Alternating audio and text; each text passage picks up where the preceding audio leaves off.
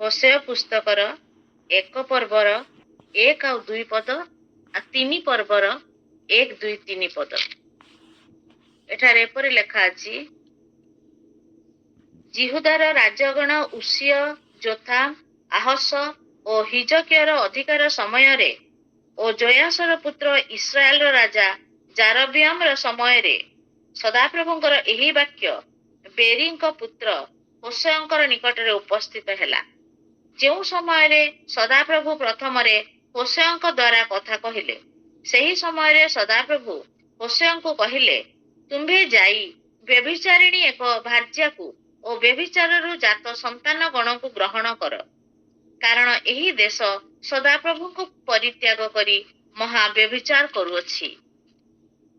ହୋସେୟ 3 ପର୍ବ 1, 2, 3ରେ ଏପରି ଲେଖା ଅଛି, ଅନନ୍ତର ସଦାପ୍ରଭୁ ଆମ୍ଭକୁ କହିଲେ, ଇସ୍ରାଏଲ ସନ୍ତାନଗଣ ଅନ୍ୟ ଦେବଗଣର ପ୍ରତି ଫେରିଲେ ହେଁ ଓ ଦ୍ରାକ୍ଷା ଚକ୍ତି ଭଲ ପାଇଲେ ହେଁ, ସଦାପ୍ରଭୁ ଯେପରି ସେମାନଙ୍କୁ ପ୍ରେମ କରନ୍ତି, ସେପରି ତୁମ୍ଭେ ପୁନଶ୍ଚ ଯାଇ ଆପଣା ମିତ୍ରର ପ୍ରିୟତମା ଅଥଚ ବ୍ୟଭିଚାରିଣୀ ଏକ ସ୍ତ୍ରୀକୁ ପ୍ରେମ କର। ତହିଁରେ ମୁଁ 15 ରୌପ୍ୟ ମୁଦ୍ରା ଓ 1 ହୋମର ଓ ଅର୍ଦ୍ଧ ହୋମର ଜବ ଦେଇ ସେ ସ୍ତ୍ରୀକୁ କିଣିଲି। ଆଉ ମୁଁ ତାହାକୁ କହିଲି, ତୁମ୍ଭେ ଅନେକ ଦିନ ପର୍ଯ୍ୟନ୍ତ ମୋ ନିମନ୍ତେ ରହିବ, ତୁମ୍ଭେ ବେଶ୍ୟାବୃତ୍ତି କରିବ ନାହିଁ ଓ ତୁମ୍ଭେ ଅନ୍ୟ କୌଣସି ପୁରୁଷର ଭାର୍ଯ୍ୟା ହେବ ନାହିଁ, ଓ ମୁଁ ମଧ୍ୟ ତୁମ୍ଭ ପ୍ରତି ତଦ୍ରୂପ ବ୍ୟବହାର କରିବି। ଆମେନ୍। ପ୍ରଭୁ ଆମକୁ ଏ ବାକ୍ୟରୁ ଆଜି ଆମେ ସମସ୍ତେ ଏ ବାକ୍ୟ ପଢିଛୁ, ଅତି ପରିଚିତ, ତଥାପି ପ୍ରଭୁ ଆଜି ଆମକୁ ଏ ବାକ୍ୟରୁ ଯାହା କହିବା ପାଇଁ ଚାହୁଁଛନ୍ତି ତାହା ଆମେ ସମସ୍ତେ ଟିକେ ଧ୍ୟାନ କରିବା। ଏଟା ଆମେ ଦେଖୁଛୁ ଏ ହୋସେୟ ପୁସ୍ତକ ହୋସେୟ ଭବିଷ୍ୟତ ବକ୍ତାଙ୍କ ଦ୍ୱାରା ଲେଖା ହେଇଛି। ହୋସେୟ ଭବିଷ୍ୟତ ବକ୍ତା ଉତ୍ତର ଇସ୍ରାଏଲର ଜଣେ ଭବିଷ୍ୟତ ବକ୍ତା ଥିଲେ।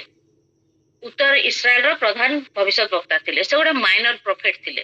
ଏଠି ଆମେ ଦେଖୁଛୁ ତାଙ୍କ ବାପାଙ୍କ ନାଁ ବେରି ବୋଲି ତାଙ୍କ ବାପାଙ୍କ ନାଁ ଲେଖା ହେଇଛି। এই ଘଟଣା ସେଇ ସମୟରେ ଅଟେ ଯେତେବେଳେ କି ରାଜା ଜାରବିୟମ ରାଜତ୍ୱ କରୁଥିଲେ।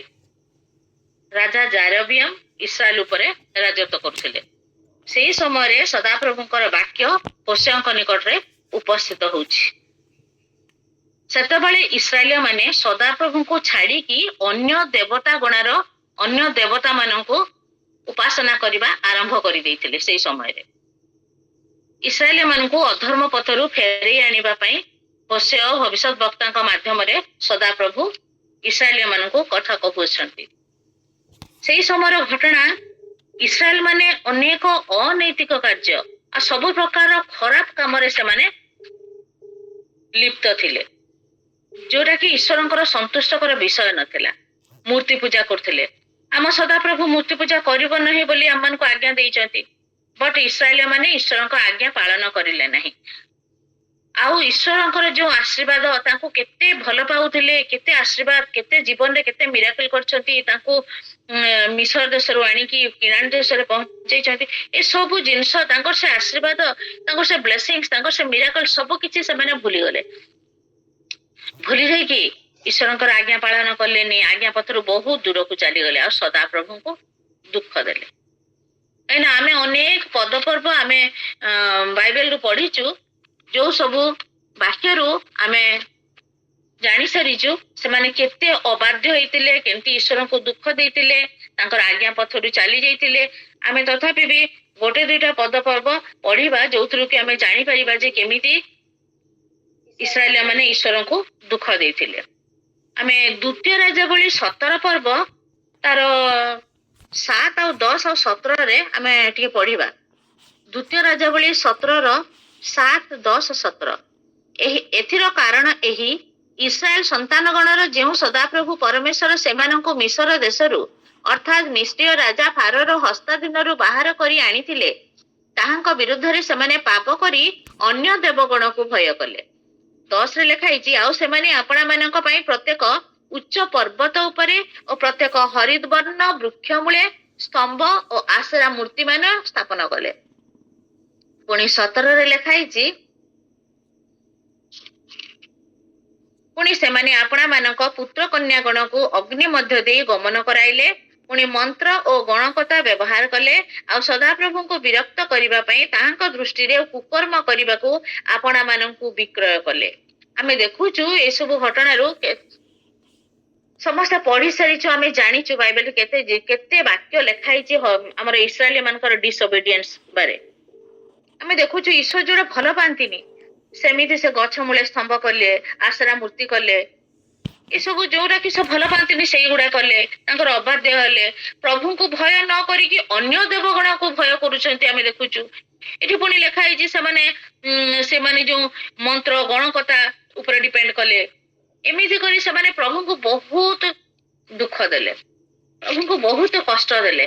ପ୍ରଭୁ ଯୋଉଟା ଭଲ ପାଆନ୍ତିନି ସେଇ ସବୁ କାର୍ଯ୍ୟ କଲେ। ତାଙ୍କୁ ପ୍ରଭୁ ଏତେ ଭଲ ପାଉଥିଲେ କିନ୍ତୁ ତାଙ୍କର ସେ ପ୍ରେମ ବଦଳେ ସେମାନେ ସାଙ୍ଗେ ସାଙ୍ଗେ ସ୍ୱାର୍ଥପର ହେଇଯାଉଥିଲେ, ସାଙ୍ଗେ ସାଙ୍ଗେ ଅବାଧ୍ୟ ହଉଥିଲେ, ଡିସାଟିସ୍ଫାଏ ହଉଥିଲେ। ଆମେ ଆଉ ଗୋଟେ ପଦପର୍ବ ଦେଖିବା, ବିଚାରକର୍ତ୍ତା 2 ପର୍ବର 11, 12, 13।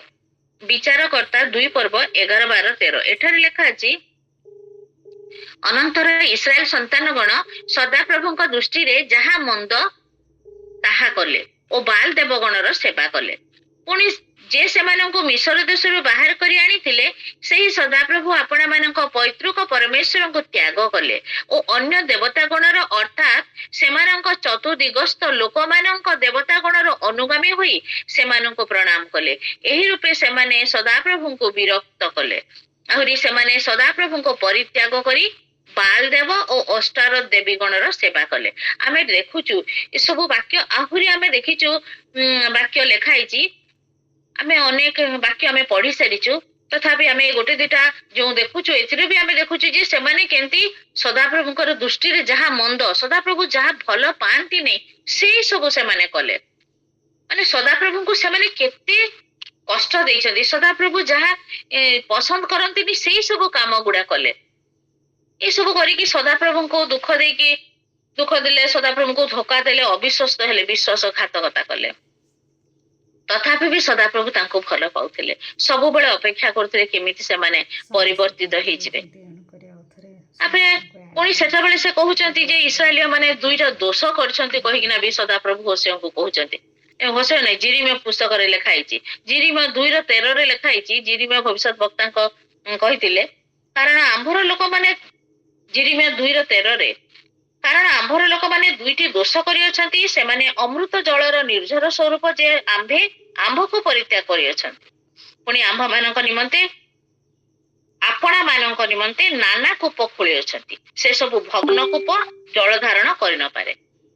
ଆମେ ଦେଖୁଛୁ ସଦାପ୍ରଭୁ ଜିରିମିୟଙ୍କୁ ବି ଜଣାଉଛନ୍ତି ଯେ କେମିତି ଇସ୍ରାଏଲୀୟ ଲୋକମାନେ 2ଟା ଦୋଷ କରିଛନ୍ତି। ପ୍ରଥମ ଦୋଷ ହଉଛି ଅମୃତ ଜଳର ନିର୍ଝର ସ୍ୱରୂପ ଯେ ସଦାପ୍ରଭୁ ତାଙ୍କୁ ପରିତ୍ୟାଗ କରିଛନ୍ତି। ସେକେଣ୍ଡ ଦୋଷ, ନିଜ ନିମନ୍ତେ, ଆପଣା ମାନଙ୍କ ନିମନ୍ତେ, ନିଜ ନିମନ୍ତେ ନାନା କୂପ ଖୋଳିଛନ୍ତି, ଯୋଉଗୁଡା କି ଭଗ୍ନ କୂପ, ଯୋଉଠି ଜଳ ଧାରଣ କରିନପାରେ। ମାନେ କେତେ ଦୋଷ କରିଛନ୍ତି ଇସ୍ରାଏଲୀୟ ମାନେ। ସଦାପ୍ରଭୁ ଯିଏ କି ଅମୃତ ଜଳର ନିର୍ଝର, ଯିଏ କି ଜୀବନରେ ସେ ହିଁ ବ୍ଲେସିଂସର ସେ ହିଁ ଉତ୍ସ, ଯିଏ କି ତାଙ୍କର ସବୁ କିଛି ଆରମ୍ଭରୁ ଶେଷ ପର୍ଯ୍ୟନ୍ତ ତାଙ୍କୁ ଆଶୀର୍ବାଦ କରିବାର ପରମେଶ୍ୱର, ତାଙ୍କୁ ଆଶା ଦେବାର, ତାଙ୍କୁ ତୃପ୍ତ କରିବାର, ଶାନ୍ତି ଦେବାର ପରମେଶ୍ୱର, ତାଙ୍କୁ ପରିତ୍ୟାଗ କରି ସେମାନେ ଭଗ୍ନ କୂପ ଖୋଳିଅଛନ୍ତି, ମାନେ ନାନା କୂପ ଖୋଳିଅଛନ୍ତି, ଯୋଉଗୁଡା କି ଭଗ୍ନ, ଯୋଉଥିରେ କି ଜଳ ଧାରଣ କରେ, ମାନେ ସେମାନେ ନିର୍ଜୀବ, ଆଶାହୀନ, ଯୋଉଟା କି ତୃପ୍ତ, ଶାନ୍ତି ମାନେ ଅତୃପ୍ତ, ଶାନ୍ତି ଦେଇ ନପାରେ, ସେଇ ଅନ୍ୟ ଦେବତା ମାନଙ୍କୁ ପୂଜା କରୁଛନ୍ତି। ସେ କହୁଛନ୍ତି ସଦାପ୍ରଭୁ। ଆମେ ସମସ୍ତେ ଜାଣିଛୁ ସଦାପ୍ରଭୁ ପରମେଶ୍ୱର ହଉଛନ୍ତି ଅମୃତ ଜଳର ନିର୍ଝର। ଦାଉଦ ଯେମିତି ଗୀତ ସଂହିତା 36:9 କହିଛନ୍ତି, ତୁମ୍ଭଠାରେ ଜୀବନର ନିର୍ଝର ଅଛି। ସେଇ ସଦାପ୍ରଭୁ ଅମୃତ ଜଳର ନିର୍ଝର, ସେଇ ତାଙ୍କୁ ଛାଡି ଦେଇକି ଇସ୍ରାଏଲୀୟ ମାନେ ଅନ୍ୟ ଦେବଗଣର ପୂଜା କରୁଛନ୍ତି, ସେ ଭଗ୍ନ କୂପ ଉପରେ ନିର୍ଭର କରୁଛନ୍ତି ବୋଲି ସେ ଜିରିମିୟ ଭବିଷ୍ୟତ ବକ୍ତାଙ୍କୁ କହୁଛନ୍ତି ସଦାପ୍ରଭୁ। ସେଇ ପରମେଶ୍ୱରଙ୍କୁ ଛାଡିକି ଯେତେବେଳେ ସେମାନେ ଅନ୍ୟ ଦେବତାଙ୍କୁ ପୂଜା କରୁଛନ୍ତି, ସେତେବେଳେ ପରମେଶ୍ୱରଙ୍କୁ ବହୁତ ଦୁଃଖ ହଉଛି। ତଥାପି ବି ସେ ଇସ୍ରାଏଲିୟଙ୍କୁ ପ୍ରେମ କରିବା ବନ୍ଦ କରିନାହାନ୍ତି। ସେଇ ସମୟର ଘଟଣା ହୋସେୟଙ୍କ ପାଖରେ ଯେତେବେଳେ ସଦାପ୍ରଭୁ କଥା କହୁଛନ୍ତି ସେଇ ସମୟର ଘଟଣା ଅଟେ। ଏଇ ସବୁ ଘଟଣା ଦ୍ୱାରା ଏଇ ସମୟରେ ହୋସେୟଙ୍କ ସଦାପ୍ରଭୁ କହୁଛନ୍ତି ତୁମେ ଯାଇ ଗୋଟେ ଆଦେଶ ଦଉଛନ୍ତି, ତୁମେ ଯାଇ ଗୋଟେ ବ୍ୟଭିଚାରିଣୀ ସ୍ତ୍ରୀକୁ ଗ୍ରହଣ କର, ଗୋଟେ ବ୍ୟଭିଚାରିଣୀ ସ୍ତ୍ରୀକୁ ବିବାହ କର କହୁଛନ୍ତି, ଆଉ ତାର ବ୍ୟଭିଚାରରୁ ଜାତ ସନ୍ତାନ ଗଣକୁ ଗ୍ରହଣ କର କହୁଛନ୍ତି। କାହିଁକିନା ଏଇ ଦେଶ ସଦାପ୍ରଭୁଙ୍କୁ ପରିତ୍ୟାଗ କରି ମହାବ୍ୟଭିଚାର କରିଅଛି, ଈଶ୍ୱରଙ୍କର ବିରୁଦ୍ଧ ହେଇଛି। ଆଉ ସେଇ ସମୟରେ ଇସ୍ରାଏଲଙ୍କ ପ୍ରତି ତାଙ୍କର ପ୍ରେମ କମି ନଥିଲା, କିନ୍ତୁ ସେ ତାଙ୍କର ଅପରିବର୍ତ୍ତନୀୟ ପ୍ରେମକୁ ଜଣେଇବା ପାଇଁ ହୋସେୟଙ୍କୁ ଇସ୍ରାଏଲ ମାନଙ୍କ ପାଖକୁ ପଠଉଛନ୍ତି। ତାଙ୍କର ଆଦେଶ ଅନୁଯାୟୀ ଆମେ ଦେଖୁଛୁ ହୋସେୟ, ଆମେ ଆଗକୁ ପଢିଲେ ଆମେ ଜାଣିପାରିବା ହୋସେୟ ପୁଣି ଈଶ୍ୱରଙ୍କର ନିର୍ଦ୍ଦେଶ ଅନୁଯାୟୀ ଗୋଟେ ବ୍ୟଭିଚାରିଣୀ ସ୍ତ୍ରୀକୁ ବାହା ହଉଛନ୍ତି, ତାର ନାଁ ଗୋମର। ଗୋମରକୁ ସେ ଗ୍ରହଣ କରୁଛନ୍ତି। ଏଟା ଗୋଟେ ବିବାହ ନଥିଲା, ବଟ୍ ଗୋଟେ ସିମ୍ବଲିକ ଆକ୍ଟ ଥିଲା, କାହିଁକିନା ଏଥିରେ ଈଶ୍ୱର ଇସ୍ରାଏଲର ଅବସ୍ଥାକୁ ଦେଖେଇବାକୁ ଚାହୁଁଥିଲେ। ଆଉ ହୋସେୟଙ୍କୁ ଏସବୁ ଆଦେଶ ଦେଇଥିଲେ, ଯାଅ ଗୋମରକୁ ବାହା ହୁଅ। ଆଉ ଗୋମର ମଧ୍ୟ ଗୋଟେ ବ୍ୟଭିଚାରିଣୀ ହୋସେୟକୁ ଆଦେଶ ଦେଲେ। ଆଉ ହୋସେୟ ମଧ୍ୟ ଈଶ୍ୱରଙ୍କର ଆଦେଶକୁ ମାନୁଛନ୍ତି, କୌଣସି ପ୍ରଶ୍ନ ଉଠଉନାହାନ୍ତି। ସେ ଜାଣିଛନ୍ତି ସଦାପ୍ରଭୁଙ୍କର ଯୋଜନା ଅନ୍ୟ ଭିନ୍ନ ପ୍ରକାରର। ସେ ତାଙ୍କୁ ଈଶ୍ୱରଙ୍କୁ ଭୟ କରିବା ଭବିଷ୍ୟତ ବକ୍ତା, ସେ ଈଶ୍ୱରଙ୍କର ଆଦେଶକୁ ମାନୁଛନ୍ତି ଆଉ ଯାଇ ଗୋଟେ ବ୍ୟଭିଚାରିଣୀ କନ୍ୟା ଗୋମରକୁ ଗ୍ରହଣ କରୁଛନ୍ତି, ବାହାଉଛନ୍ତି। ତାପରେ ଆମେ ଦେଖୁଛୁ ସେ ଗୋମରଙ୍କ ଠାରୁ ସେ ଯେତେବେଳେ ବାହାଘର ହଉଛି ସେତେବେଳେ ତାଙ୍କର ଗୋଟେ ପୁତ୍ର ହଉଛି। ସେ ପୁତ୍ରର ନାମ ବି ସଦାପ୍ରଭୁ ରଖୁଛନ୍ତି, ତାର ନାମ ଜିସ୍ରେଲ ରଖୁଛନ୍ତି, ଯାହାର ଅର୍ଥ ହଉଛି ଇସ୍ରାଏଲ ବଂଶର ରାଜ୍ୟ ଶେଷ କରାଇବା। ତାପରେ ସେକେଣ୍ଡ ଗୋଟେ କନ୍ୟା ଜନ୍ମ ହଉଛି, ତାର ନାଁ ହଉଛି ଲୋ ରୁହାମା, ମାନେ ସେ କହୁଛନ୍ତି କି ଇସ୍ରାଏଲ ପ୍ରତି ଆଉ ଦୟା ପ୍ରକାଶ କରିବା ନାହିଁ ବୋଲି କହୁଛନ୍ତି। ପୁଣି ଥାର୍ଡ ଗୋଟେ ପୁଅ ହଉଛି, ତାର ନାଁ ଲୋ ଆମି, ସେ କହୁଛନ୍ତି ଇସ୍ରାଏଲ ମାନେ ତୁମାନେ ମୋର ଲୋକ ନୁହଁ, ଆମ୍ଭର ଲୋକ ନୁହଁ, ଆମ୍ଭେ ତୁମଙ୍କର ପରମେଶ୍ୱର ନୁହିଁବା। ଏମିତି ସଦାପ୍ରଭୁ ନାଁ ଦଉଛନ୍ତି। ନାଁ ଦବାର କାରଣ ହଉଛି ହୋସେୟର ସନ୍ତାନ ମାନଙ୍କୁ ପ୍ରଭୁ ଯୋଉ ନାଁ ଦେଇଥିଲେ ସେଗୁଡା ଗୋଟେ ସିମ୍ବଲିକ ନେମ୍ସ। ଗଡ ମାନେ ଇସ୍ରାଏଲ ପିପୁଲ ଉପରେ ଏତେ ଡିସପ୍ଲିଜ ଥିଲେ, ସେଥିପାଇଁ ସେ ଏମିତି ନାଁ ଦଉଛନ୍ତି। ଏଇ ସବୁ ଘଟଣା ଭିତରେ ଗୋମର କିନ୍ତୁ ଫେଥଫୁଲ ହେଇକି ହୋସେୟ ପ୍ରତି ରହିନାହିଁ। ସେ ଯୋଉ ବ୍ୟଭିଚାରିଣୀ ସ୍ତ୍ରୀ ସେ ବିଶ୍ୱସ୍ତ ହେଇପାରିନି। ଆଉ ହୋସେୟର ସଙ୍ଗେ ସେ ତାର ବିଶ୍ୱସ୍ତତା ନ ରଖି ଦିନେ ତାର ସନ୍ତାନ ମାନଙ୍କୁ ଆଉ ହୋସେୟକୁ ଛାଡି ଗୋମର ଦିନେ ତାର ଅତୀତ ଜୀବନକୁ ଫେରି ଯାଉଛି। ଆମେ ଆଗକୁ ପଢିଲେ ଜାଣିବା ସେ ପୁରୁଣା ତାର ଅତୀତ ଜୀବନକୁ, ପୁଣି ସେ ବ୍ୟଭିଚାର ପାପ, ସେ ତାର ଅତୀତ ଜୀବନକୁ ସେ ଫେରି ଯାଉଛି। ସେ ହୋସେୟର ପ୍ରେମ ଏସବୁ ଭୁଲି ଯାଉଛି, କିନ୍ତୁ ତାର ଅତୀତ ଜୀବନକୁ ସେ ଫେରି ଯାଉଛି। ଅତୀତ ଜୀବନକୁ ଫେରିକି ଗଲା ପରେ ସେଠି ସେ ଜଗତ ଏଇ ଯୋଉ ଅନ୍ୟ ଲୋକମାନଙ୍କ ସହିତ ଯେତେବେଳେ ସେ ସମୟ କାଟୁଥିଲା, ଶେଷରେ ଦିନେ ଗୋମର ପାପରେ ପଡିକି ଗୋଟେ ଦାସୀ ରୂପରେ ବିକୃତ ହେଇଯାଉଛି। ତାକୁ ସେ ଲୋକମାନେ, ତାର ସେ ପୁରୁଣା ପ୍ରେମିକ ମାନେ ତାକୁ ସେମାନେ ଦାସୀ ରୂପରେ ବିକ୍ରି କରିଦଉଛନ୍ତି। ଏଇଠି ଆମେ ଦେଖୁଛୁ ସେଇ ସମୟରେ ହୋସେୟର ପ୍ରେମ ଗୋମର ପ୍ରତି କମ ହେଇନାହିଁ। ହୋସେୟ ନିଶ୍ଚୟ ଦୁଃଖିତ ଥିବେ। ସେଇ ସମୟରେ ସଦାପ୍ରଭୁଙ୍କର ବାକ୍ୟ ଆସୁଛି, ତାର 3 ପର୍ବ 1ରେ ଆମେ ଦେଖୁଛୁ, 2ରେ 3ରେ ଯାହା ପଢିଲୁ, ସଦାପ୍ରଭୁ ତାଙ୍କୁ କହୁଛନ୍ତି ତୁମେ ଯାଅ, ତାକୁ ପୁଣି ଥରେ ତୁମେ ତାକୁ ପ୍ରେମ କର। ପ୍ରଭୁ ତାକୁ କହୁଛନ୍ତି ଯାଅ ତମେ ତାକୁ ପ୍ରେମ କର। ଆଉ ତାକୁ ପୁଣି ସେ କିଣିକି ଆଣୁଛନ୍ତି। ସେ ଦାସୀ ରୂପରେ ଯୋଉଠି ବିକ୍ରୟ ହେଇଥିଲା ସେଠିକି ସେ ଯାଇକି ହୋସେୟ ସେ ବ୍ୟଭିଚାରିଣୀ ସ୍ତ୍ରୀ ଗୋମରକୁ, ତାର ନିଜ ସ୍ତ୍ରୀକୁ, ତାକୁ ପୁଣି ସେ କିଣିକି ଆଣୁଛି। 15 ରୌପ୍ୟ ମୁଦ୍ରା ଓ 1 ହୋମର ଓ ଅର୍ଦ୍ଧ ହୋମର ଜବ ଦେଇକି ସେ ସ୍ତ୍ରୀକୁ ସେ କିଣିକି ଆଣୁଛି। ସେ ଫେରେଇକି ଆଣୁଛି ଗୋମରକୁ, ତାର ପ୍ରେମିକା, ତାର ସ୍ତ୍ରୀକୁ ତା ନିଜ ପାଖକୁ ନେଇ ଆସୁଛି। ସେତେବେଳେ ସେ କହୁଛି ତୁମେ ଆଉ ଯିବ ନାହିଁ, ତୁମେ ଆଉ ବେଶ୍ୟାବୃତ୍ତି କରିବ ନାହିଁ, ତୁମେ କିନ୍ତୁ ଆମ ସହିତ ରହିବ ବୋଲି। ସେତେବେଳେ ଗୋମର ନିଜର ଭୁଲ କୁ ଜାଣି ପାରୁଛି କି ସେ କଣ ଭୁଲ କରିଛି, ସେ ଜାଣି ପାରିଛି ସେ କେତେ କେତେ ଧୋକା ଦେଇଛି, କେତେ ଅବିଶ୍ୱସ୍ତ ହେଇଛି ହୋସେୟ ପ୍ରତି। ତଥାପି ବି ହୋସେୟ ତାର ସ୍ୱାମୀର ତା ପ୍ରତି ପ୍ରେମ କମି ନାହିଁ, ଆଉ ସେ ତାକୁ ସେଇ ଅର୍ଥ ଦେଇ ତାକୁ କ୍ରୟ କରୁଛି, ଆଉ ତାକୁ ପୁଣି ଥରେ ତା ଜୀବନକୁ ଫେରେଇ ଆଣୁଛି। ଏଠି ସେ ଦେଖୁଛି ଯେ ସେ ଅନ୍ୟ ଲୋକମାନେ ତାକୁ କେତେ ଧୋକା ଦେଲେ, କିନ୍ତୁ ତାର ସ୍ୱାମୀ ହୋସେୟ ତା ପ୍ରତି ବିଶ୍ୱସ୍ତ ହେଇଛି। ସେତେବେଳେ ଗୋମର ଅନୁଭବ କରୁଛି ଯେ ବାରମ୍ବାର ହୋସେୟ ପ୍ରତି ବିଶ୍ୱାସଘାତକତା କରିବା ଯୋଗୁଁ ମଧ୍ୟ ହୋସେୟର ପ୍ରେମ ତାର ପ୍ରତି କମ ହୋଇନାହିଁ। ସେତେବେଳେ ଗୋମର ଅନୁତାପ କରୁଛି ଆଉ ନିଷ୍ପତ୍ତି ନେଉଛି ଯେ ସେ ଆଉ କେବେ ହୋସେୟକୁ ଛାଡି କୁଆଡେ ଯିବ ନାହିଁ। ଏଇ ଘଟଣା, ଏ ହୋସେୟ ଗୋମରର ଏଇ କାହାଣୀ ଆମକୁ ପରମେଶ୍ୱରଙ୍କର ପ୍ରେମ ବିଷୟ ଜଣାଏ। ଈଶ୍ୱରଙ୍କର ଅନନ୍ତ ପ୍ରେମ ଓ ତାଙ୍କ ବିରୁଦ୍ଧରେ ତାଙ୍କ ଲୋକମାନଙ୍କର ଆଧ୍ୟାତ୍ମିକ ବ୍ୟଭିଚାରକୁ ବୁଝାଉଛି। ଆଉ ଏଇ ଯୋଉ ପରମେଶ୍ୱରଙ୍କ ପ୍ରତି ଇସ୍ରାଏଲ ଜାତିର ଅବିଶ୍ୱସ୍ତତା କୁ ଏକ ଲିଭିଂ ଏକ୍ସାମ୍ପଲ ମାଧ୍ୟମରେ ସଦାପ୍ରଭୁ ଦେଖାଉଛନ୍ତି। ପରମେଶ୍ୱର ସ୍ୱାମୀ ପରି, ଇସ୍ରାଏଲ ତାଙ୍କର ଅବିଶ୍ୱସ୍ତ ଭାର୍ଯ୍ୟା ପରି। ହୋସେୟ ନିଜ ସ୍ତ୍ରୀ ଗୋମେରର ଅବିଶ୍ୱସ୍ତତା ଯୋଗୁଁ ଯେଉଁ କଷ୍ଟ ଅନୁଭବ କଲେ, ତାହା ଦ୍ୱାରା ପରମେଶ୍ୱର ଇସ୍ରାଏଲର ପାପ ଯୋଗୁଁ କେତେ କଷ୍ଟ ପାଉଛନ୍ତି ତାହା ଜଣେଇବାକୁ ଚାହିଁଥିଲେ। ହୋସେୟ ସବୁ ଅବାଧ୍ୟତା ଓ ଧୋକା ସତ୍ତ୍ୱେ ଗୋମରକୁ ପୁଣି ଗ୍ରହଣ କଲା। ଏହା ସୂଚାଏ ଯେ ଇସ୍ରାଏଲବାସୀ ବାରମ୍ବାର ପାପ କଲେ ମଧ୍ୟ ପରମେଶ୍ୱର ସେମାନଙ୍କୁ ବହୁତ ଭଲ ପାଆନ୍ତି ଓ ଅନୁତାପ କଲେ ସେମାନଙ୍କୁ କ୍ଷମା କରିବାକୁ ପ୍ରସ୍ତୁତ ଅଛନ୍ତି ବୋଲି ଏଠି ସଦାପ୍ରଭୁ ଜଣାଉଛନ୍ତି। ହୋସେୟଙ୍କର ମେସେଜ ଇସ୍ରାଏଲିଆ ମାନଙ୍କର ମୂର୍ତ୍ତି ପୂଜା ବିରୁଦ୍ଧରେ ଗୋଟେ କଠୋର ଚେତାବନୀ ଥିଲା। ଏଠି କିନ୍ତୁ ସଦାପ୍ରଭୁଙ୍କର ଅସୀମ ପ୍ରେମ, କ୍ଷମା ଆଉ ତାଙ୍କ ନିଜ ଲୋକମାନଙ୍କ ପ୍ରତି ତାଙ୍କର ଯୋଉ ଅନକଣ୍ଡିସନାଲ ଲଭ କୁ ଦେଖଉଛି। ଅବିଶ୍ୱସ୍ତ ଇସ୍ରାଏଲକୁ ପଶ୍ଚାତାପ କରି ପରମେଶ୍ୱରଙ୍କ ନିକଟକୁ ଫେରି ଆସିବା ପାଇଁ ଏଟା ଗୋଟେ ଡାକରା ଅଟେ। ବିପଦ ସମୟରେ ମଧ୍ୟ ସଦାପ୍ରଭୁଙ୍କର ପ୍ରେମ କିପରି ସ୍ଥାୟୀ ଆଉ ଅପରିବର୍ତ୍ତନୀୟ ଅଟେ ତାହା ଆମେ ଦେଖିପାରୁଛୁ। ତେଣୁ ହୋସେୟ କେବଳ ପରମେଶ୍ୱରଙ୍କର ଭବିଷ୍ୟତ ବାକ୍ୟ କହିନଥିଲେ, ବରଂ ତାଙ୍କର ପାରିବାରିକ ଜୀବନ ମାଧ୍ୟମରେ ସଦାପ୍ରଭୁଙ୍କର ହୃଦୟର ବେଦନା ଓ ଈଶ୍ୱରଙ୍କର ପ୍ରେମକୁ ପ୍ରକାଶ କରିଥିଲେ।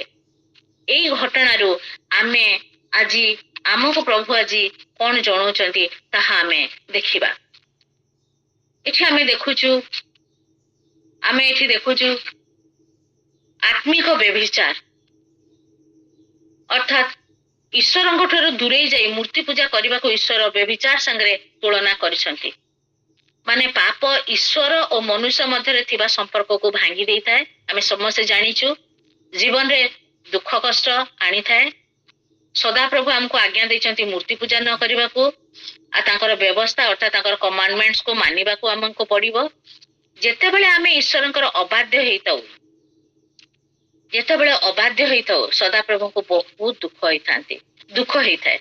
ଗୋମେର ଯେପରି ହୋସେୟକୁ ଛାଡି ଅନ୍ୟ ପୁରୁଷ ପଛରେ ଗୋଡଉଥିଲା, ଆମେ ମଧ୍ୟ ଅନେକ ସମୟରେ ଈଶ୍ୱରଙ୍କ ଠାରୁ ଦୂରେଇ ଯାଇ ହେଇଥାଇପାରେ ଆଜି ଆମେ ମୂର୍ତ୍ତି ପୂଜା କରୁନାହୁଁ, କିନ୍ତୁ ଆମେ ଅନେକ ସମୟରେ ଈଶ୍ୱରଙ୍କ ଠାରୁ ଦୂରେଇ ଯାଇ ଏ ଜଗତର ସୁଖ ଅଭିଳାଷକୁ ଇମ୍ପୋର୍ଟାନ୍ସ ଦେଇଥାଉ, ଏ ଜଗତକୁ ଫାଷ୍ଟ ପ୍ରାୟୋରିଟି ଦେଇଥାଉ। ଅନେକ ସମୟରେ ଈଶ୍ୱରଙ୍କ ପ୍ରତି, ପ୍ରଭୁଙ୍କ ପ୍ରତି ଅବିଶ୍ୱସ୍ତ ହେଇଥାଉ, ତାଙ୍କୁ ଅବହେଳା କରିଥାଉ, ଆମେ ଅବାଧ୍ୟ ହେଇଥାଉ, ତାଙ୍କୁ ଡିସପ୍ଲିଜ କରିଥାଉ। ଅନେକ ସମୟରେ ଆମେ ଅଧର୍ମ କରିଥାଉ, ଈଶ୍ୱରଙ୍କର ସନ୍ତୁଷ୍ଟକର କାର୍ଯ୍ୟ କରିନଥାଉ। ତାହା ମଧ୍ୟ ଏକ ଆତ୍ମିକ ବ୍ୟଭିଚାର ଅଟେ। ପ୍ରଭୁ ସେଟା ଭଲ ପାଆନ୍ତିନି ଆମକୁ। ତେଣୁ ଆଜିର ଏ ବାର୍ତ୍ତା, ଏ ହୋସେୟ ଗୋମରର ଏଇ ଯୋଉ ଘଟଣା ଆଜି ଆମମାନଙ୍କୁ କହୁଛି, ଆଜି ମଧ୍ୟ ଆମ ପାଖରେ ସମୟ ଅଛି। ପ୍ରଭୁ ଚାହାନ୍ତି ଆମେ ରାଇଟ ୱେରେ ଯିବା, ତାଙ୍କର ଆଜ୍ଞା ମାନିବା। ସେ ଯୋଉ ଆମକୁ ରାସ୍ତା ବତେଇଛନ୍ତି, ସେ ଯୋଉ ପଥ ସତ୍ୟ ଜୀବନ ସଦାପ୍ରଭୁ ପ୍ରଭୁ ଯୀଶୁ, ଆମେ ତାଙ୍କୁ ଫଲୋ କରିବା ଆଉ ତାଙ୍କର ଆଜ୍ଞା ପାଳନ କରିବା। ଆଉ ସେ ଆମକୁ କେବେ ଛାଡିବେ ନାହିଁ, କାହିଁକିନା ସେ ଆମକୁ ବହୁତ ପ୍ରେମ କରନ୍ତି। ସେମାନଙ୍କୁ ସଦାସର୍ବଦା କ୍ଷମା କରି ଆପଣେଇବାକୁ ପ୍ରସ୍ତୁତ ଅଛନ୍ତି। ଆମେ ଦେଖୁଛୁ ସଦାପ୍ରଭୁଙ୍କର ଏଠି ତାଙ୍କର ଅନକଣ୍ଡିସନାଲ ପ୍ରେମକୁ ଦେଖୁଛୁ। ଏତେ ଭୁଲ କଲେ ବି ଯେମିତି ହୋସେୟ ବାରମ୍ବାର ଗୋମର ବାରମ୍ବାର ହୋସେୟା ପ୍ରତି ବିଶ୍ୱାସଘାତକତା କରୁଥିଲା। ଶେଷରେ ଦିନେ ସେ ତାକୁ ଛାଡିକି ଚାଲି ଯାଉଛି। କିନ୍ତୁ ହୋସେୟାର ଗୋମେର ପ୍ରତି ପ୍ରେମ କମି ନଥିଲା। ସେମିତି ଆମେ ଯେତେ ଭୁଲ କଲେ ବି ପ୍ରଭୁ ଆମକୁ ବହୁତ ଭଲ ପାଆନ୍ତି। ଆମମାନେ ଯେତେ ଅବାଧ୍ୟ ହେଲେ ବି ଅନେକ ସମୟରେ ତାଙ୍କୁ ଇମ୍ପୋର୍ଟାନ୍ସ ଦେଇନଥାଉ, ତଥାପି ବି ସେ ଆମମାନଙ୍କ ପ୍ରତି ତାଙ୍କର ପ୍ରେମ କମି ନଥାଏ। ସେ ଆମମାନଙ୍କୁ ଅନକଣ୍ଡିସନାଲ ଲଭ୍ କରନ୍ତି। ସେ ଆମକୁ ବହୁତ ଭଲ ପାଆନ୍ତି। ସେ ଆମକୁ ଚାହାନ୍ତି ଯେ ଆମେ ସବୁବେଳେ ତାଙ୍କର କଥା ମାନିବା। ସେଥିପାଇଁ ଆମେ ତାଙ୍କର ସେ ପ୍ରେମକୁ ମନେ ପକେଇବା।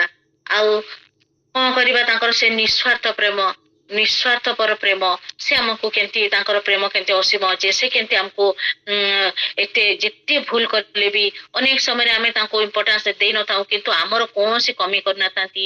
ଯେତେବେଳେ ଯାହା ପ୍ରୟୋଜନ ସେ ଆମର ବିଷୟ ଜାଣନ୍ତି। ଆମର ପାପ ପ୍ରମାଣେ, ଆମର କିଛି ଭୁଲ ପ୍ରମାଣେ ଆମକୁ ଦଣ୍ଡ ଦେଇନଥାନ୍ତି, କିନ୍ତୁ ତାଙ୍କର ସେ ପ୍ରେମ ଆମମାନଙ୍କୁ ବହୁତ ସେ ପ୍ରେମ କରିଥାନ୍ତି ଆଉ ବହୁତ ଆଶୀର୍ବାଦ କରିଥାନ୍ତି। ସେ ସବୁବେଳେ ମନୁଷ୍ୟକୁ ପ୍ରେମ କରୁଥିବା ପାପରୁ ଫେରେଇ ଆଣିବା ପାଇଁ ଚାହିଁଥାନ୍ତି। ଆମେ ଏଠି ତାଙ୍କର ପ୍ରେମକୁ ଦେଖୁଛୁ, ନିଃସ୍ୱାର୍ଥପର ପ୍ରେମ, ବିନା ସର୍ତ୍ତରେ ପ୍ରେମ। ତାଙ୍କର ପ୍ରେମ ଆଗାପେ ପ୍ରେମ। ଆମେ ଜାଣିଛୁ ସେଇ ପ୍ରେମ ଯୋଗୁଁ ହିଁ ସେ ଏ ଜଗତକୁ ଆସିଥିଲେ।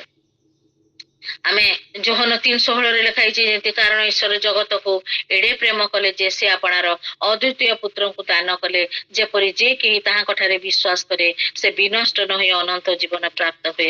ଆମେ ଯେମିତି ଏ ଜଗତରେ ହଜି ନ ଯାଉ, ଆମେ ଯେମିତି ତାଙ୍କର ପଥକୁ ଫେରି ଆସିବୁ। ସେଥିପାଇଁ ସେ ଆମକୁ ଏତେ ଭଲ ପାଆନ୍ତି, କାହିଁକିନା ଆମେ ତାଙ୍କର ଇମେଜରେ ସେ ଆମକୁ ବନେଇଛନ୍ତି। ସମସ୍ତଙ୍କୁ ସେ ବହୁତ ଭଲ ପାଆନ୍ତି। ସମସ୍ତଙ୍କର ନାଁ ଅନୁଯାୟୀ ସେ ନାଁ ଧରି ସମସ୍ତଙ୍କୁ ଜଣକୁ ଜାଣିଛନ୍ତି। ସେଥିପାଇଁ ସେ ଆମକୁ ବହୁତ ଭଲ ପାଆନ୍ତି। ସେଥିପାଇଁ ଆମେ ଦେଖୁଛୁ ଯୋହନ 3:16 ଯୋଉ ବାକ୍ୟ, ସେ ନିଜେ ଜଗତକୁ ଓହ୍ଲେଇ ଆସୁଛନ୍ତି ଆମର ପାପ ଆମକୁ ରକ୍ଷା କରିବା ପାଇଁ। ତାପରେ ଆମେ ଦେଖୁଛୁ ରୋମିଓ 5:8 ବି ଗୋଟେ ବାକ୍ୟ ଲେଖା ହେଇଛି, କିନ୍ତୁ ଆମେମାନେ ପାପୀ ଥିବା ସମୟରେ ସୁଦ୍ଧା ଖ୍ରୀଷ୍ଟ ଯେ ଆମମାନଙ୍କ ନିମନ୍ତେ ମୃତ୍ୟୁ ଭୋଗ କଲେ, ସେଥିରେ ଈଶ୍ୱର ଆମମାନଙ୍କ ପ୍ରତି ଆପଣା ପ୍ରେମ ପ୍ରମାଣ କରୁଛନ୍ତି। ପ୍ରଭୁ ଆମମାନଙ୍କୁ କେତେ ଭଲ ପାଆନ୍ତି, ତାଙ୍କର ପ୍ରେମକୁ ଆମେ ଜାଣିପାରୁଛୁ। ଆମର କୌଣସି ଦୋଷକୁ ସେ ଧରନ୍ତିନି। ତାଙ୍କର ସେ ଅନକଣ୍ଡିସନାଲ ଲଭ୍ ଆମମାନଙ୍କ ପ୍ରତି ଅଛି। ସେ କିନ୍ତୁ ଚାହାନ୍ତି ଆମେ କେମିତି ଫେରି ଆସିବା, ଆମେ କେମିତି ଆମର ଅବାଧ୍ୟତାରୁ, ଅବିଶ୍ୱସ୍ତ, କେମିତି ଆମର ଭୁଲ ପଥରୁ ଆମେ କେମିତି ଫେରିବା, ଆମେ କେମିତି ହୃଦୟକୁ ପରିବର୍ତ୍ତନ କରିବା, ସେ ସେଟାକୁ ଅପେକ୍ଷା କରନ୍ତି। ଆମେ କେମିତି ଅନୁତାପର ହୃଦୟରେ, ଆମେ ପଶ୍ଚାତାପ ହୃଦୟରେ ସଦାପ୍ରଭୁଙ୍କ ପାଖକୁ ଫେରି ଆସିବା, ଆଉ ସେ ଆମକୁ ଗ୍ରହଣ କରିବା ପାଇଁ ଅପେକ୍ଷା କରି ରହିଛନ୍ତି। କାହିଁକିନା ଆମେ ଦେଖିଛୁ, ଆମେ ସମସ୍ତେ ଅପବ୍ୟ ପୁତ୍ରର କାହାଣୀ ଜାଣିଛୁ। କେମିତି ସେ ପୁଅ କେତେ ଦୁଃଖ ଦେଲା, ଯେତେବେଳେ ସେ ଚେତନା ପାଇ ଫେରି ଆସୁଛି, ବାପା ତାକୁ କେତେ ଦୂରକୁ ଦୌଡ଼ି ଯାଇ କୋଳେଇ ନଉଛନ୍ତି। ସେଇ ସଦାପ୍ରଭୁ ପରମେଶ୍ୱର ସେ ଆମକୁ କେତେ ଅନକଣ୍ଡିସନାଲ ପ୍ରେମ କରନ୍ତି। ସେଥିପାଇଁ ଆମେ ଜୀବନରେ ଯେତେବେଳେ ବି ଯାହା କିଛି ଭୁଲ ହେଇଯାଇଛି, ଏ ବାକ୍ୟ କହେ ଆମେ ପୁଣି ଫେରି ଆସିବା, ଆଉ ତାଙ୍କର ଇଚ୍ଛା ଅନୁଯାୟୀ ଜୀବନ କାଟିବା, ତାଙ୍କର ସନ୍ତୁଷ୍ଟକର କାର୍ଯ୍ୟ କରିବା, ଆମ ଜୀବନକୁ ପରିବର୍ତ୍ତନ କରିବା, ଆଉ ତାଙ୍କ ପାଖରେ ସରେଣ୍ଡର କରିବା। ଆଉ ସେ ଆମକୁ ଉଦ୍ଧାର କରିବାକୁ, ଆଉ ଆମର ସହିତ ଗୋଟେ ସମ୍ପର୍କ ପୁଣି ଥରେ ସ୍ଥାପନ କରିବା ପାଇଁ ସେ ଚାହାନ୍ତି। ସେ ସବୁବେଳେ ପ୍ରସ୍ତୁତ ଅଛନ୍ତି ଆମର ସାଙ୍ଗରେ ଆହୁରି ଭଲ ସମ୍ପର୍କ ରଖିବା ପାଇଁ। ସେଥିପାଇଁ ଆମେ ଫେରି ଆସିବା, କାହିଁକିନା ପ୍ରଭୁ ଯୀଶୁଙ୍କର ମେନ୍ ମୋଟିଭ ହେଇଥିଲା କି କେମିତି ଖୋଜି ରକ୍ଷା କରିବାକୁ। ସେଥିପାଇଁ ସେ ସବୁବେଳେ ଚାହାନ୍ତି ଆମେ ତାଙ୍କର ପଥରେ ଯିବା, ତାଙ୍କର କଥା ମାନିବା। ତାଙ୍କ ପତ୍ନୀକୁ କିଣି ଆଣି ତାଙ୍କୁ ପୁଣି ଥରେ ଗ୍ରହଣ କରୁଛନ୍ତି। ପରମେଶ୍ୱରଙ୍କ ଠାରେ ଅନୁତାପ କରିଥିବା ପାପୀ ପ୍ରତି ଥିବା ପ୍ରେମକୁ ଦେଖଉଛି। ଏଠୁ ଆମେ ଦେଖୁଛୁ ଯେ ଈଶ୍ୱରଙ୍କର ପ୍ରେମକୁ ଦେଖୁଛୁ। ସେ କେମିତି ଆମେ ଯେତେ ଭୁଲ କଲେ ବି ତାଙ୍କର ପ୍ରେମ ଆମ ପ୍ରତି କମ ହେଇନି। ସେ ସବୁବେଳେ ଅନେଇଛନ୍ତି ପୁଣି ଥରେ ଆମ ସାଙ୍ଗରେ ରିଲେସନ ରଖିବେ, ଆମକୁ ଆହୁରି ବ୍ଲେସିଂସ କରିବେ। ସେ ଅନେଇଛନ୍ତି। ଆମେ ଅନେକ ଥର ଜୀବନରେ କେତେ ଥର ଯେ ଭୁଲ କରୁ, କିନ୍ତୁ ଯେତେ ଥର ଆମେ ତାଙ୍କୁ ଅନୁତାପର ହୃଦୟରେ ତାଙ୍କ ନିକଟକୁ ଫେରି ଆସୁ, ସେ ଆମକୁ କୋଳେଇ ନେଇଥାନ୍ତି। ଆଉ ଗୋଟେ କଥା ଏଠି ଆମେ ଦେଖୁଛୁ, ସେ ମୂଲ୍ୟ ଦେଇ मूल्य दे गोमेर को किणी आणुछंती प्रभु कहउछंती जाओ तमे किणी आण से किणी आणुछंती एठी आमे देखुचे ए घटनाटी यीशु ख्रीष्टଙ୍କର जो बलिदान रे गोटे प्रोफेटिक पिक्चर एटा जेपरी होसेया ताଙ୍କ पत्नी को किणिले सेपरी यीशु ख्रीष्ट निजर बहुमूल्य रक्त देकी पापर दासत्वରୁ ଆମକୁ କିଣିଛନ୍ତି पापर दासत्वରୁ କିଣିଛନ୍ତି କାହିଁକିନା ପ୍ରଥମ ପିତର 1:19 ରେ ଲେଖା ହେଇଛି ବରଂ ନିଖୁନ୍ତ ଓ ନିଷ୍କଳଙ୍କ ମେଷ ଶାବକ ସଦୃଶ ଖ୍ରୀଷ୍ଟଙ୍କ ବହୁମୂଲ୍ୟ ରକ୍ତରେ ମୁକ୍ତ ହୋଇଅଛ ଆମମାନେ ତାଙ୍କର ବହୁମୂଲ୍ୟ ରକ୍ତରେ ମୁକ୍ତ ହୋଇଛୁ ଆଉ ପ୍ରଥମ କରନ୍ଥୀୟ 6:20 ରେ ବି ଲେଖା ହେଇଛି କାରଣ ତୁମ୍ଭେମାନେ ବିଶେଷ ମୂଲ୍ୟରେ କିଣା ଯାଇଅଛ ଏଣୁ ତୁମ୍ଭମାନଙ୍କ ଶରୀରରେ ଈଶ୍ୱରଙ୍କ ଗୌରବ ପ୍ରକାଶ କର प्रभु हमको कहते तुम्हें विशेष मूल्य प्रभु जीशु आम क्रूसरे केते कष्ट सहिले केते निंदा सहिले आ क्रूसरे आम जीवन देले कहीं आमे पापरू उद्धार उद्धार पाइबा आमको क्षमा देवा आमको से आमर पाप आमे पापी थिबा समय रे से आमको प्रेम कले आउ आमनको जीवन देले आ ताकर रक्त आमनको पापरू उद्धार कला से सब जिनस आमे सब बेले मने पकेबा तांकर से प्रेम जोगु से तांकर बहुमूल्य रक्त देके हमको किनिचंती जीवन देइचंती क्रूसरे आम पई हमर पाप निमंते हमको क्षमा देबा निमंते से क्रूसरे बलिदान देइचंती तेणु आमे सब बेले मने पकेबा तांकर से बलिदान को आमे बलिदान मने पकेबा कि हमको केमती प्रभु जीशु शैतान प्रत्येक बंधन रो से मुक्त करिसंती आमे जेंती आउ से भूल पथ को न जाऊ सेमती आमे रिपेंट सहित ताको पाकु पळे आसीबा कना प्रभु जीशु मानव जाति को पापर दासत्वरू तांकर रक्त दे मुक्त कले पापर पड़िथिबा मनुष्य को खोजी आनिबा पई प्रभु से जो बलिदान देले ताको सब बेले मने पकेबा प्रभु आम पई कोन करिसंती से हमको केमती भलो पांती आ सेति पई फेरी आसीबा आ सब बेले से अपेक्षा करछन्ते हमर सहित माने हमर सहित से रहिबा पई सब बेले अपेक्षा कर रहिसंती तापरे आमे गोटे पद देखिबा होशेय 3:5 रे लिखाइछि तहि उतारे इस्राएल संतान गण फेरी आसीबे ओ सदा प्रभु आपणा मानक परमेश्वर को ओ आपणा मानकर राजा दाऊद को अन्वेषण करिवे आ शेष काल रे से माने भययुक्त होई सदा प्रभु को निकट को ओ ताहा को अनुग्रहर निकट को आसीबे हां जेते बेले जे फेरी आसे सदा प्रभु परमेश्वर ताको कोळे नियंती आमे एटे देखुछु जो माने परमेश्वर ठारू दूर रे थिले से माने जीशु माध्यम रे परमेश्वर पाख प्रभु जीशु परमेश्वर पाख को फेरी आसिले जो माने परमेश्वर ठारू दूर रे थिले प्रभु जीशु माध्यम रे जेतेबेले आमे प्रभु जीशु को ग्रहण करूछु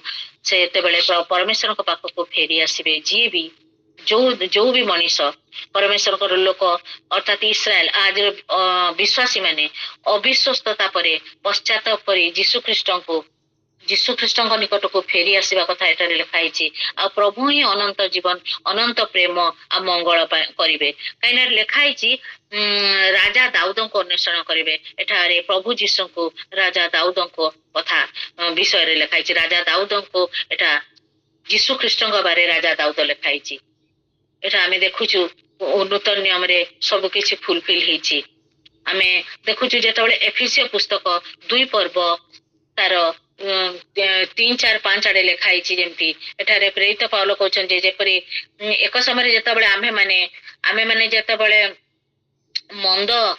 मंद इच्छा कि शरीर कामना अनुसार जीवन यापन करूथुलु भूल पथरे थिलु सेतबेले आमर पाप जोगु ईश्वरंकर आमे सेतबेले ईश्वरंकर विचार स्थान रे ठिया हबार योग्य थिलु दंड पाइबार योग्य थिलु जेतबेले आमे भूल करथुलु किंतु सेतबेले आमे जेतबेले एते भूल करथुलु आमे स्पिरिचुअली डेड थिलु किंतु ईश्वर आमन को महाप्रेम रे प्रेम कले आ दया ताकर दया जोगु से आमन को क्षमा कले आमन को ख्रीष्टंक सहित सजीव कले आ नूतन जीवन देले एई उद्धार हमर एई उद्धार एई परित्राण हमर कोनोसी भलो काम जोगु मिलिनी काइना आमे एठी देखि परछु एफिसियो 2 पर्व गोटे पद पढ़ी के सारिबा एफिसियो 2 पर्व 4 रे लिखाई मात्र एपरी अपराध रे मृत हेले हे दया सागर जे ईश्वर से आम मानकु जो महाप्रेम रे प्रेम कले सेथि सकासे आम मानकु ख्रीष्टंक सहित सजीव करियछंती अनुग्रह रे तुमे माने परित्राण पाइयछ ହଁ ମାନେ ଆମେ ଏତେ ଭୁଲ କଲେ ବି ତାଙ୍କର ସେ ଦୟା ସକାଶେ ଆମକୁ ସେ ପ୍ରେମ କଲେ ଆଉ ଅନୁଗ୍ରହ କଲେ। ଆମେ ତାଙ୍କ ପାଖକୁ ଫେରିଗଲେ ସେ ଆମକୁ ଆଶୀର୍ବାଦ କରିବେ ଆଉ ନୂତନ ଜୀବନ ଦେଇ ପରିତ୍ରାଣ କରିଛନ୍ତି ସେ କହୁଛନ୍ତି। ସେଥିପାଇଁ ଆମେ ପ୍ରଭୁଙ୍କୁ ଆହୁରି ଭଲ ପାଇବା ଆଉ ତାଙ୍କର ସେ ପ୍ରେମକୁ ମନେ ପକେଇବା। ସେଦିନ ଯେମିତି ହୋସେୟ ଗୋମେରକୁ ତାଙ୍କର ସେ ଜୀବନ ମାଧ୍ୟମରେ ଦେଖେଇଥିଲେ ଆଜି ଆମକୁ ଜଣାଉଛନ୍ତି ତୁମେ ବି ଯାହା ବି ଭୁଲ କରିଛ ମୁଁ ତୁମକୁ ସବୁବେଳେ ସେମିତି ପ୍ରେମ କରୁଛି ଆଉ ତୁମେ ଫେରି ଆସ ଆଉ ମୁଁ ତୁମକୁ କୋଳେଇ ନେବା ପାଇଁ ଅପେକ୍ଷା କରିଛି। ଆଉ ଆମକୁ ସେ ସେଇ ପରିତ୍ରାଣ ଦେଇଛନ୍ତି ଅନୁଗ୍ରହ କରିଛନ୍ତି। ସେଇ ସବୁ ବିଷୟକୁ ଆମେ ମନେ ପକେଇବା ଆଉ ତାଙ୍କୁ ଆମେ ଆହୁରି ଭଲ ପାଇବା। ଆଜିର ବାକ୍ୟ ମାଧ୍ୟମରେ ପ୍ରଭୁ ମତେ ଆଉ ସମସ୍ତଙ୍କୁ ଆଶୀର୍ବାଦ କରନ୍ତୁ। ଆମେ ଯେମିତି ପ୍ରଭୁଙ୍କୁ ଆହୁରି ତାଙ୍କର ସେ ପ୍ରେମକୁ ଜାଣିବା ତାଙ୍କର ବଳିଦାନକୁ ଜାଣିବା। ଆମ ପାଇଁ ସେ ଯୋଉ ଯେତେ କଷ୍ଟ ସହିଛନ୍ତି ଆମ ପାଇଁ ଯୋଉ ବହୁମୂଲ୍ୟ ରକ୍ତ ଦେଇଛନ୍ତି ତାକୁ ସବୁବେଳେ ମନେ ପକେଇବା ଆଉ ତାଙ୍କ ସାଙ୍ଗରେ ରହିବା ଆଉ ତାଙ୍କର ସନ୍ତୁଷ୍ଟକର ବିଷୟ କରିବା ଆଉ ତାଙ୍କର ଆଜ୍ଞା ମାନି ତାଙ୍କର ପଛରେ ଚାଲିବା। ଆମକୁ ଯୋଉ ଅନୁଗ୍ରହ ଦେଇଛନ୍ତି ଆମକୁ ଯୋଉ ଅନନ୍ତ ଜୀବନ ଆଉ ପରିତ୍ରାଣ ଦେଇଛନ୍ତି ତାକୁ ଆମେ ମେଣ୍ଟେନ କରିବା। କାହିଁକିନା ଆମେ ଯଦି ସେ ପ୍ରଭୁ ଆମକୁ ଅଲରେଡି ଦେଇ ସାରିଛନ୍ତି ତାକୁ ଆମେ ଯଦି ତାଙ୍କୁ ଧରି ରଖିବା ତାଙ୍କର କଥା ଅନୁଯାୟୀ ଜୀବନ କାଟିବା ଶେଷରେ ଦିନେ ଯାଇକି ତାଙ୍କର ପାଖରେ ପହଞ୍ଚି ପାରିବା। ପ୍ରଭୁ ଏ ବାକ୍ୟ ଦ୍ୱାରା ଆମ ସମସ୍ତଙ୍କୁ ଆଶୀର୍ବାଦ କରନ୍ତୁ। ଆମେ praise the lord. Amen amen praise the lord. प्रभुଙ୍କ ନାମରେ ଧନ୍ୟବାଦ। ନିଶ୍ଚିତ ବାକ୍ୟ ଦ୍ୱାରା ଆମେ ଆଶୀର୍ବାଦକୁ ପ୍ରାପ୍ତ ହୋଇଅଛୁ।